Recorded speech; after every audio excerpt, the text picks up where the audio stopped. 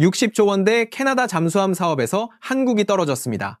발표 직후 하나오션 주가는 하루 만에 22% 넘게 무너졌고 겉으로 보면 완패처럼 보였습니다. 그런데 이상한 일이 벌어졌습니다. 캐나다가 독일 TKMS를 우선 협상 대상자로 택한 바로 그 시점에 세계는 오히려 한국 잠수함의 이름을 더 크게 보기 시작했습니다. 왜냐하면 이번 경쟁은 단순히 누가 계약서를 가져갔느냐의 문제가 아니었기 때문입니다.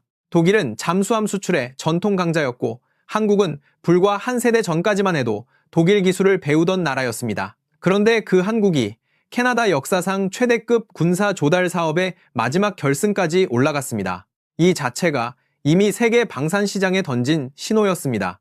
캐나다가 선택한 쪽은 독일이었습니다. 로이터와 AP 보도에 따르면 캐나다는 최대 12척의 재래식 잠수함을 도입하는 사업에서 독일 TKMS를 우선 공급자로 선정했고 TKMS는 노르웨이와 함께 개발 중인 212CD급 잠수함을 제안했습니다.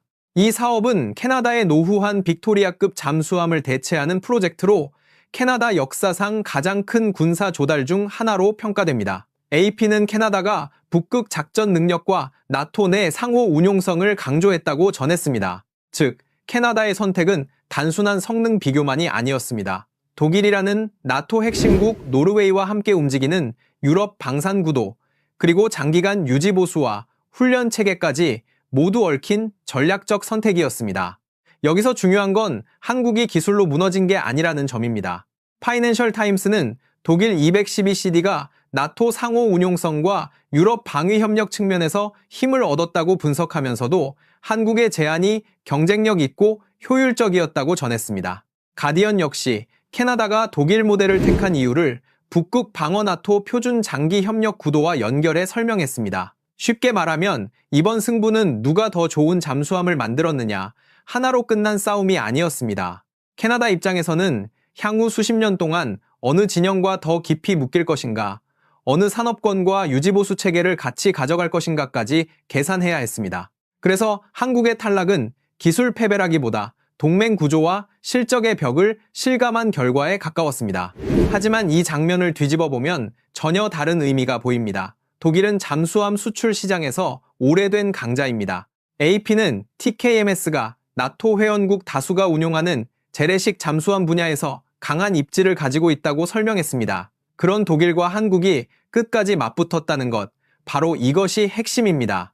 40년 전 한국은 독일제 잠수함을 들여오고 독일 기술을 배워야 했던 나라였습니다.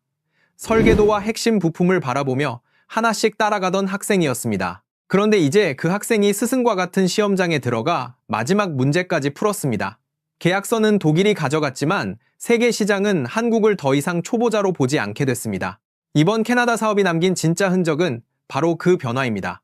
시간을 1980년대와 1990년대로 돌려보면 이 변화가 얼마나 큰지 더 선명해집니다. 한국의 잠수함 전력은 독일 기술에서 출발했습니다. 처음에는 들여오고, 배우고, 조립하고, 운용하는 단계였습니다. 잠수함은 일반 배와 다릅니다. 물속에서 조용히 움직여야 하고 작은 소음 하나도 생존과 직결되며 추진체계와 전투체계, 배터리, 선체 설계가 모두 고도의 기술을 요구합니다. 그런 분야에서 한국은 처음부터 강자가 아니었습니다. 남의 설계와 경험을 통해 배워야 했습니다. 그런데 한국은 거기서 멈추지 않았습니다. 조선소와 해군 방산업체와 연구기관이 수십 년 동안 실패를 반복하며 축적했습니다. 그렇게 사오던 나라가 조금씩 직접 설계하고, 직접 건조하고, 직접 할 수 있는 나라로 바뀌었습니다.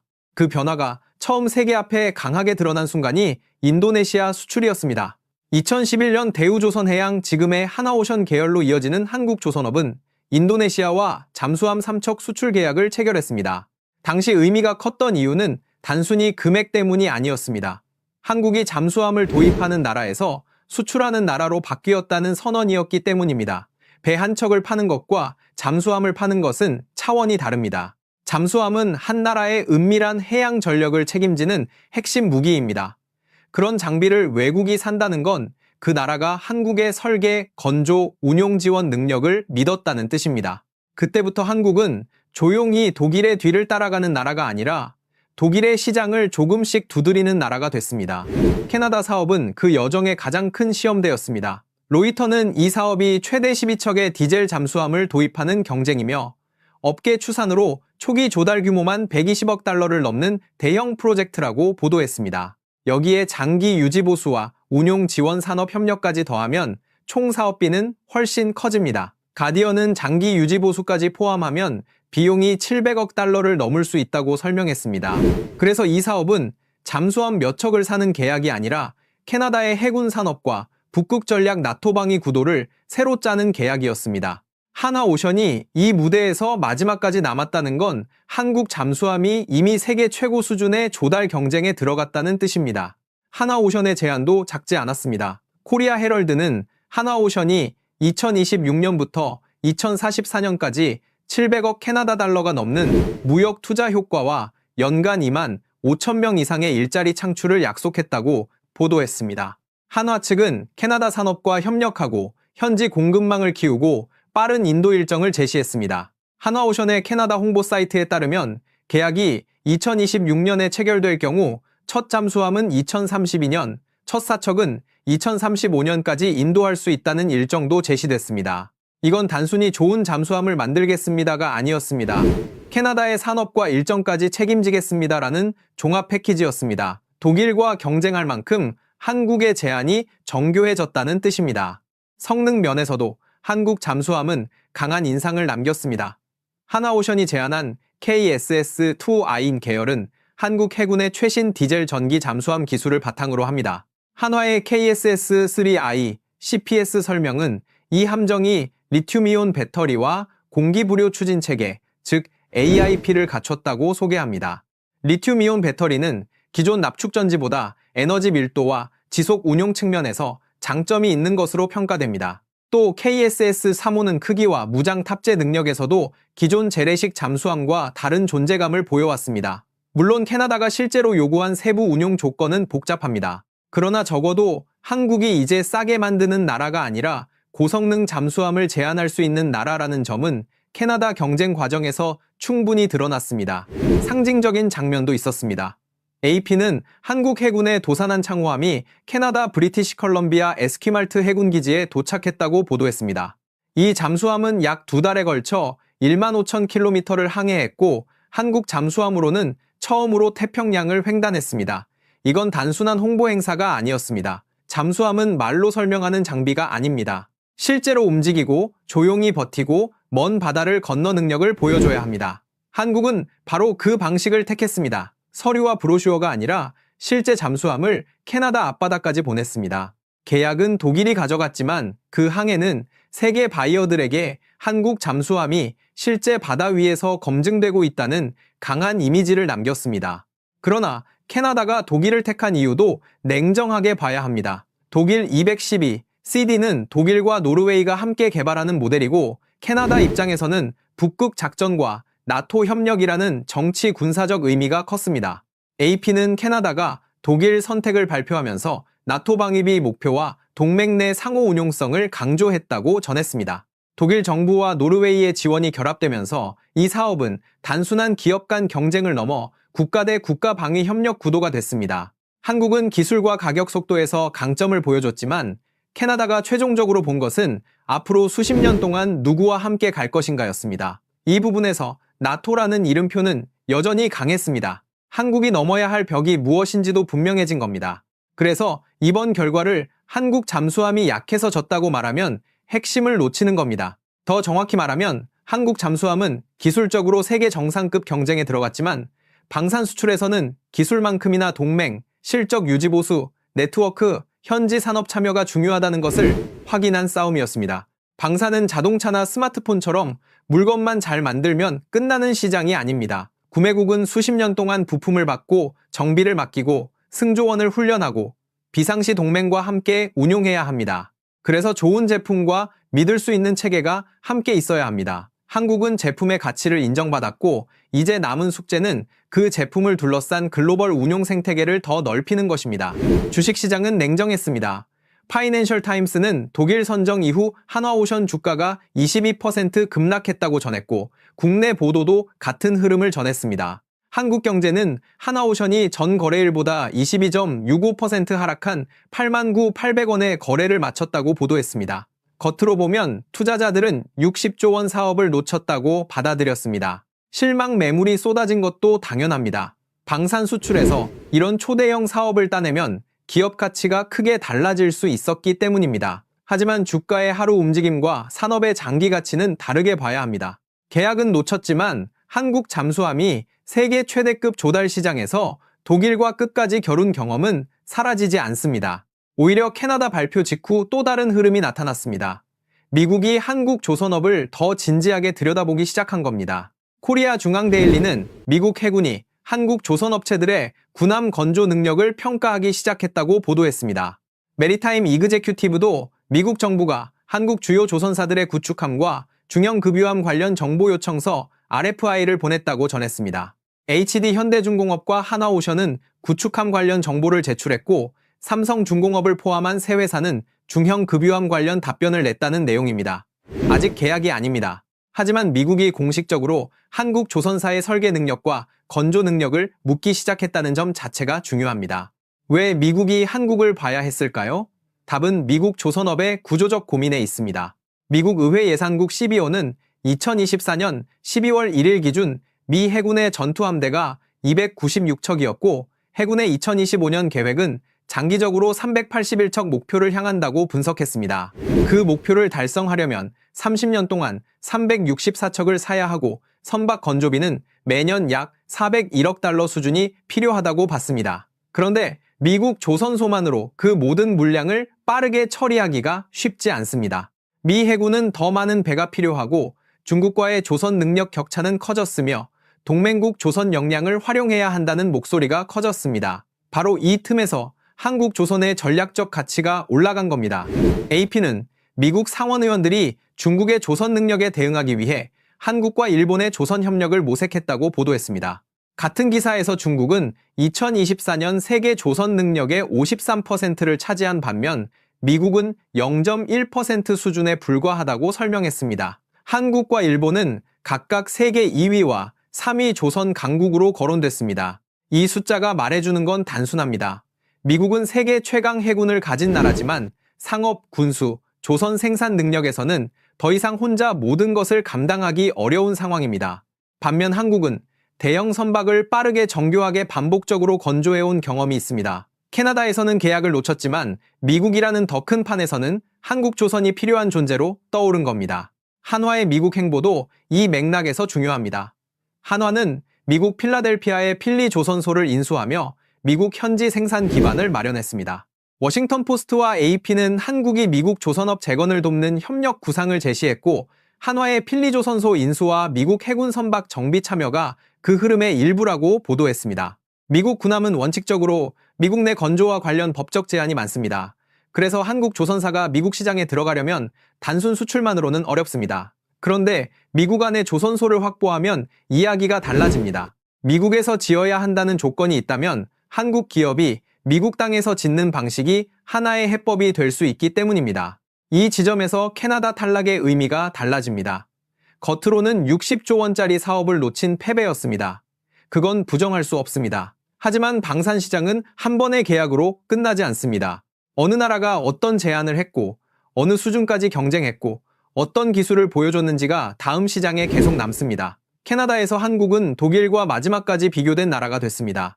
도산한 창호함의 태평양 횡단은 세계에 보여준 실물 광고가 됐습니다. 한화오션의 빠른 인도 일정과 산업 협력 제안은 다른 구매국들에게도 참고 자료가 됐습니다. 그리고 미국은 한국 조선업을 공식적으로 검토하기 시작했습니다. 그래서 이번 결과는 단순한 패배가 아니라 한국 잠수함과 조선업의 가격표가 세계 시장에 붙은 순간이었습니다. 물론 독일의 승리도 가볍게 보면 안 됩니다. TKMS는 오랫동안 잠수함을 수출해온 강자이고 독일, 노르웨이, 캐나다로 이어지는 협력 구도는 매우 강력합니다. 로이터는 독일 정치권이 이번 캐나다 선택을 독일 경제와 나토 안보의 중요한 승리로 환영했다고 보도했습니다. 캐나다 사업은 독일 방산에도 엄청난 의미가 있습니다. 그러니 한국이 실제로는 이겼다고 말하는 건 과장입니다. 계약은 독일이 가져갔고 독일은 여전히 강자입니다. 다만 예전과 달라진 것은 독일이 더 이상 혼자 뛰는 레이스가 아니라는 점입니다. 이제 그 옆 트랙에는 한국이 있습니다. 그것도 가격만 싼 나라가 아니라 성능과 일정 산업 협력까지 갖춘 경쟁자로 서 있습니다. 한국이 앞으로 풀어야 할 숙제도 분명합니다. 첫째, 서방 시장에서 실적을 더 쌓아야 합니다. 독일은 오랫동안 나토와 유럽 국가들 사이에서 운용 경험을 축적했습니다. 한국은 기술은 빠르게 올라왔지만 서방 해군과 장기 유지보수 네트워크를 더 넓혀야 합니다. 둘째, 현지 산업 참여를 더 정교하게 설계해야 합니다. 잠수함은 사는 순간보다 산 뒤 30년이 더 중요합니다. 셋째, 정치, 외교의 무게를 키워야 합니다. 방산 수출은 기업 혼자 하는 장사가 아닙니다. 대통령 총리, 국방부, 외교부, 금융기관, 조선소, 해군이 함께 움직이는 국가전입니다. 캐나다에서 독일과 노르웨이가 함께 움직였듯 한국도 다음 시장에서는 더 촘촘한 국가 패키지를 만들어야 합니다. 한국 잠수함의 미래를 말할 때 핵 추진 잠수함 이야기도 자주 나옵니다. 하지만 이 부분은 조심해야 합니다. 핵 추진 잠수함은 단순히 기술만의 문제가 아닙니다. 국제규범, 핵연료동맹협의 주변국 반응, 막대한 예산이 모두 얽힌 별도의 과제입니다.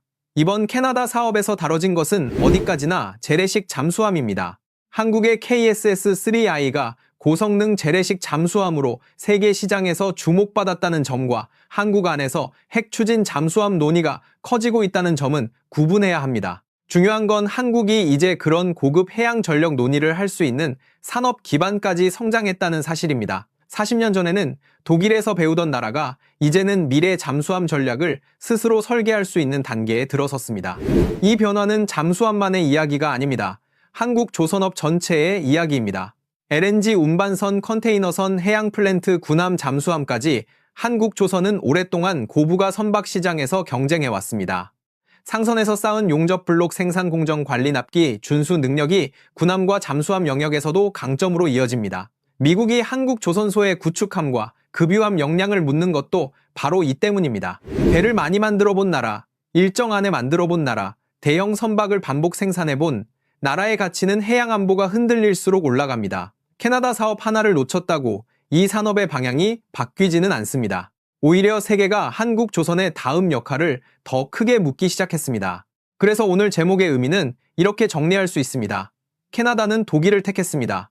이것은 사실입니다. 하지만 그 과정에서 세계는 한국 잠수함의 진짜 가치를 봤습니다. 한국은 더 이상 언젠가 따라올 나라가 아닙니다.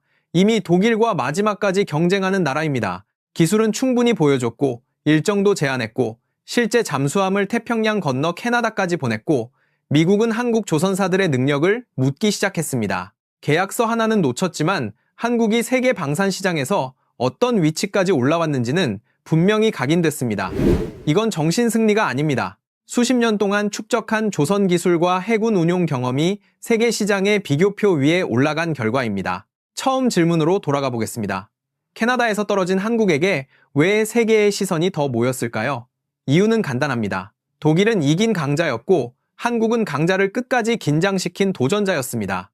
그리고 방산 시장에서 강자를 긴장시키는 도전자는 다음 시장의 주인공이 될 수 있습니다.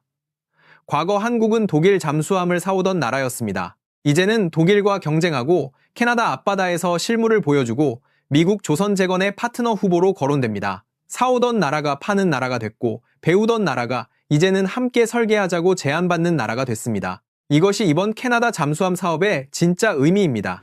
물론 앞으로의 길은 쉽지 않습니다. 캐나다 계약을 놓친 손실은 분명하고 미국의 RFI도 아직 계약이 아닙니다. 미국 군함 시장에는 법적 장벽이 있고 독일과 일본, 유럽 조선사들과의 경쟁도 계속됩니다.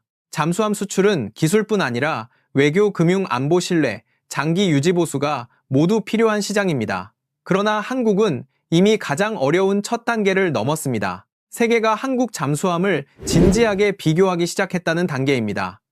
이제 남은 일은 그 비교표에서 한 번 더 위로 올라가는 것입니다. 다음에는 아깝게 졌다가 아니라 결국 한국을 선택했다는 문장을 만들어야 합니다.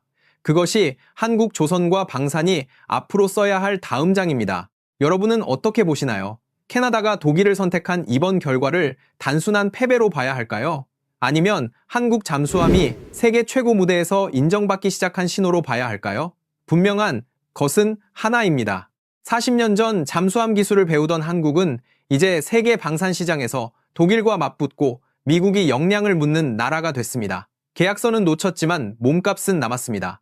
그리고 그 몸값은 다음 계약에서 더 크게 돌아올 수 있습니다. 오늘의 탈락은 끝이 아니라 한국 잠수함이 세계 시장의 중심으로 들어가기 시작했다는 조용하지만 강력한 신호일지도 모릅니다.